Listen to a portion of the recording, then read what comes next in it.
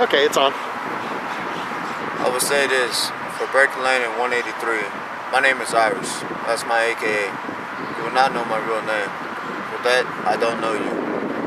But for the simple fact that people do what they do out here by picking up trash, throwing things away, keeping the block clean, keeping those who are on dope out of here. The truth be me. You're staring at them. Therefore, I will say this in one thing. It's a poem that I wanted everybody to hear. I will say it only one time only. You may think that we're all druggies and drunks. You may think that we're all slums and slums. But the only problem is you can't figure out your own. That's the problem why you just roll on your own. You gotta be alone to understand some things. You gotta be alone to understand the simple things. The simple things be the bird that flies. That bird that flies can sometimes bust your eye. Damn, look out now, there's a fine girl. Literally, there's a fine girl. You know? And that's wait a what minute, I say. gotta look because all Peace I out. thought was real. That's the way. You know?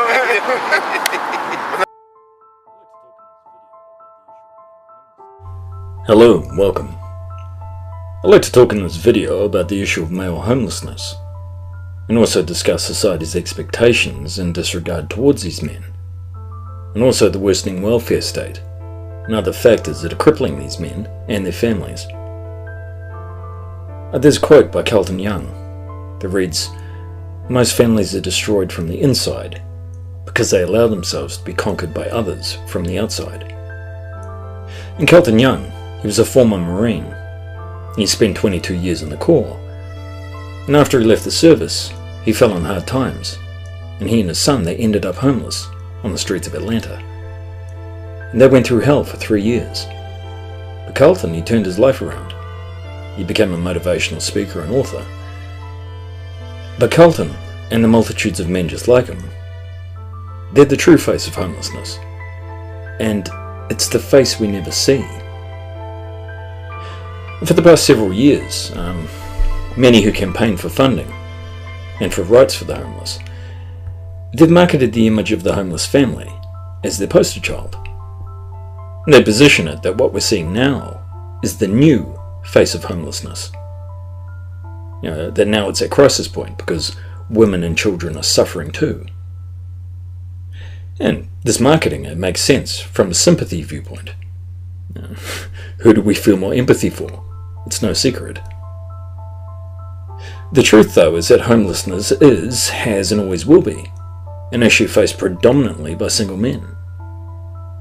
And until that truth is accepted, more and more men will be ostracized from society and from the family unit. And by all accounts, if we look at it objectively, this separation is deliberate. When you look at welfare, it's a deliberate means to separate men and fathers from the family unit. I'm speaking here primarily of the American welfare system, as I spent a good deal of time on the East Coast helping facilitate groups. And women and children, they receive aid and support. There's programs in place. And some families also receive support to a very limited extent, if they fit a certain demographic, and they're solid candidates for employment and housing. But homeless families, they're microscopic in comparison numbers-wise to single men. And boys and men, they're required to stand on their own 2 feet, even if they have the ground cut out from under them and they're lost at the bottom of the pit. Now, while women can be dependent on men and on the state. But bottom line, if the man remains in the home, the mother and the children receive no financial aid. And there's been some modifications to this recently. If the man ticks certain boxes in regards to his employment history, allowances can be made. But realistically, in poor neighbourhoods, with even worse employment opportunities, this counts for nothing.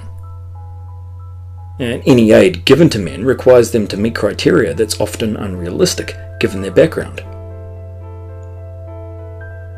And in the eyes of a woman, given the choice between getting aid or living with an unemployed man, what's she going to choose? So men, they're literally forced to fight against the government for women. And men, they're being forced out of the family. Now, while more and more children are suffering all the negative effects of being raised in a single mother household.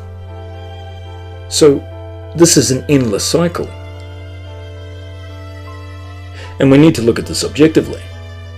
The social expectations placed on men, they're not possible to achieve because the system fails men while supporting and encouraging the lifestyle of women. Yet men and women, they're becoming increasingly more isolated from one another, with the children lost in the mix. And men, they're becoming increasingly invisible. The bias against men is so ingrained, most don't even question it. If a man isn't working or dying for his country, then those men are economically redundant. They're just garbage lining the streets. That's the perception.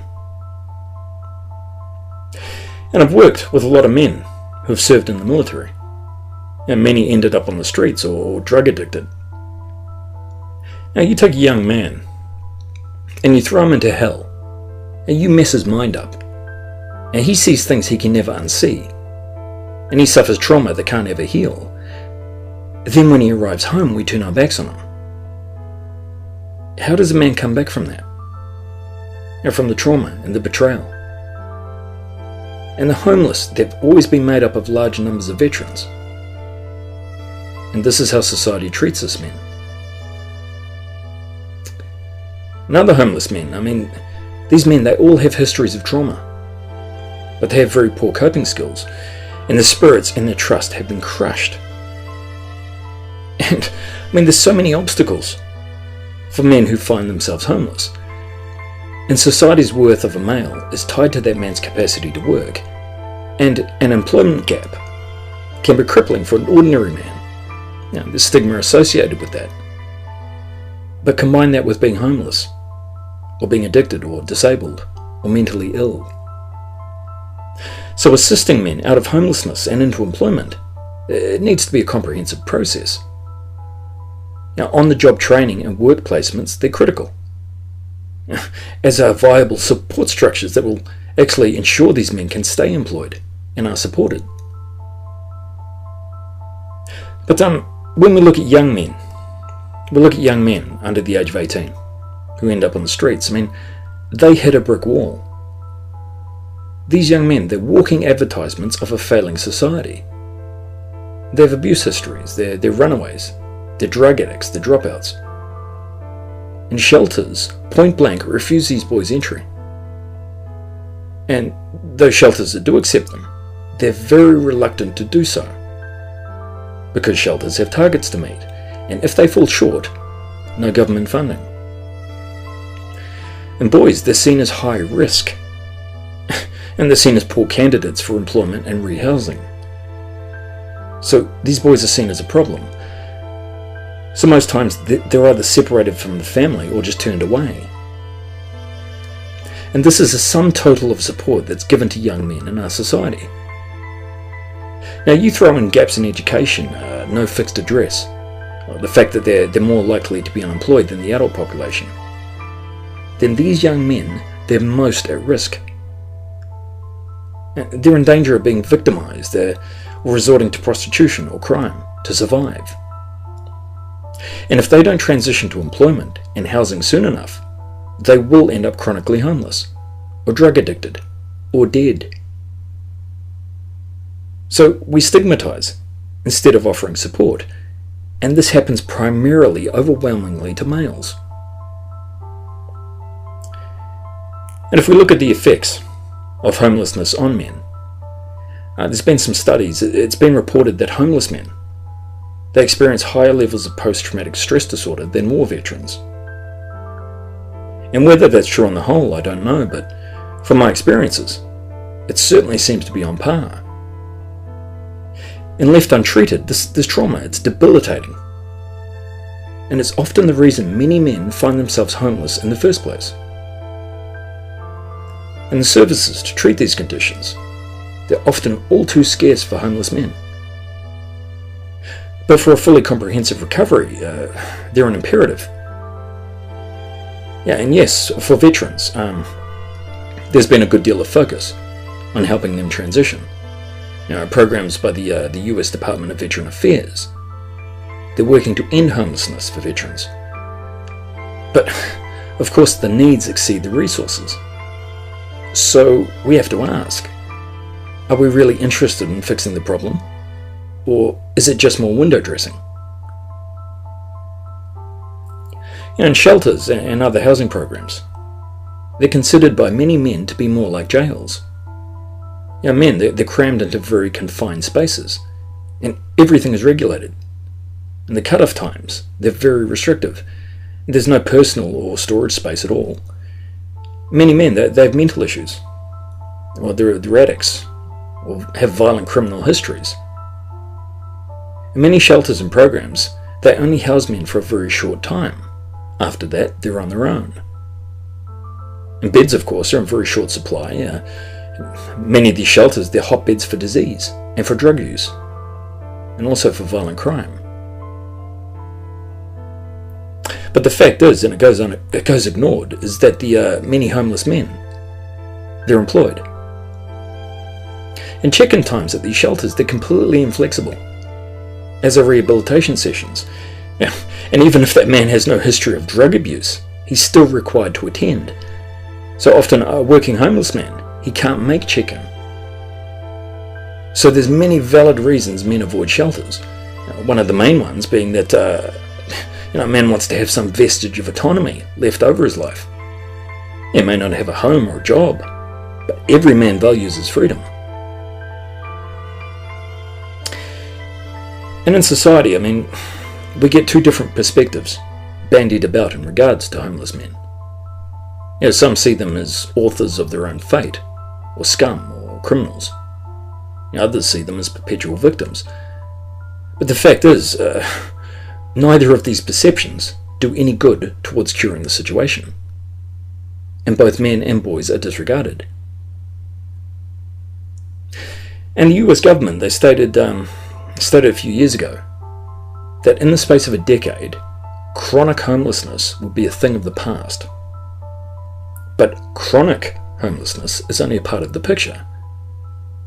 And yes, the chronically homeless, they're the biggest burden on the system, so it makes sense to get them into housing first schemes. So, in turn, you get politicians decreeing that homelessness has been largely eradicated. But this is false. We're only looking at a very small subset of a much larger problem. And many homeless men and boys, they find themselves arrested for merely attempting to survive. And I'm not talking about crime, but just surviving. Jail or a shelter, that's their choice. But this is counterproductive. Criminal records and poor credit histories only make it harder for these men to reintegrate. Plus, it's not cost effective. One night in jail costs the state far more than a night in a shelter. So it's just out of sight, out of mind. The cause of the problem is just being ignored. Many homeless men, they develop conditions, PTSD, other mental illnesses, disabilities, resulting from stress, from sleep deprivation, from trauma. And some of these men, they're unemployable due to this, or they're just incapable of caring for themselves, or from seeking help. And if they develop a disability, they may not qualify for medical care. And the majority who apply for disability will be denied. And once you are sick, or had been sick, gaining employment can often be an impossibility. And homeless people swamping the emergency rooms, again, not cost effective. Many people who can't afford healthcare, they in turn find themselves unemployed and homeless in the process, which seems to be an ever-increasing occurrence as of late. And there's been an increase in recent years in the numbers of elderly homeless. And their benefits, they're often inadequate to cover basic costs, and only become available after a certain age. And even then, the application process, it can be drawn out and often unsuccessful. Compound this with all the associated factors of living on the street. and other serious health conditions, and these men are in dire trouble.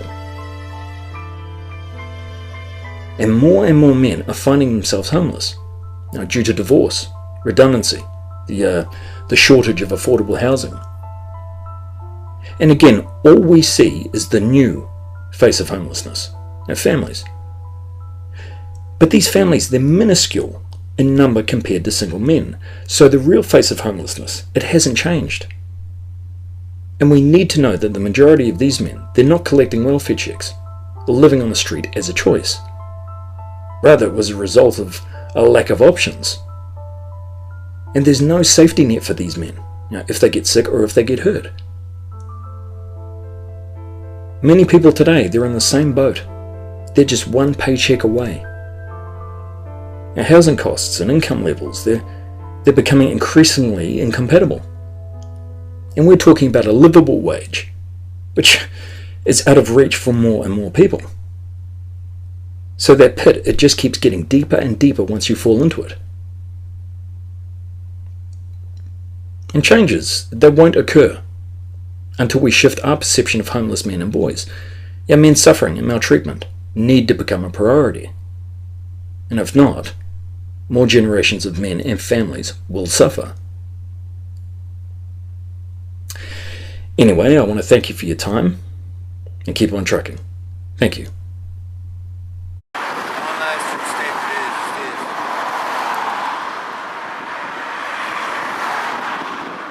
Every morning when you wake up, always remember the most important thing. It makes you happy. And number two, always remember the most important thing that made you sad. Combine them together. Choose which one, and that's how your day will turn out.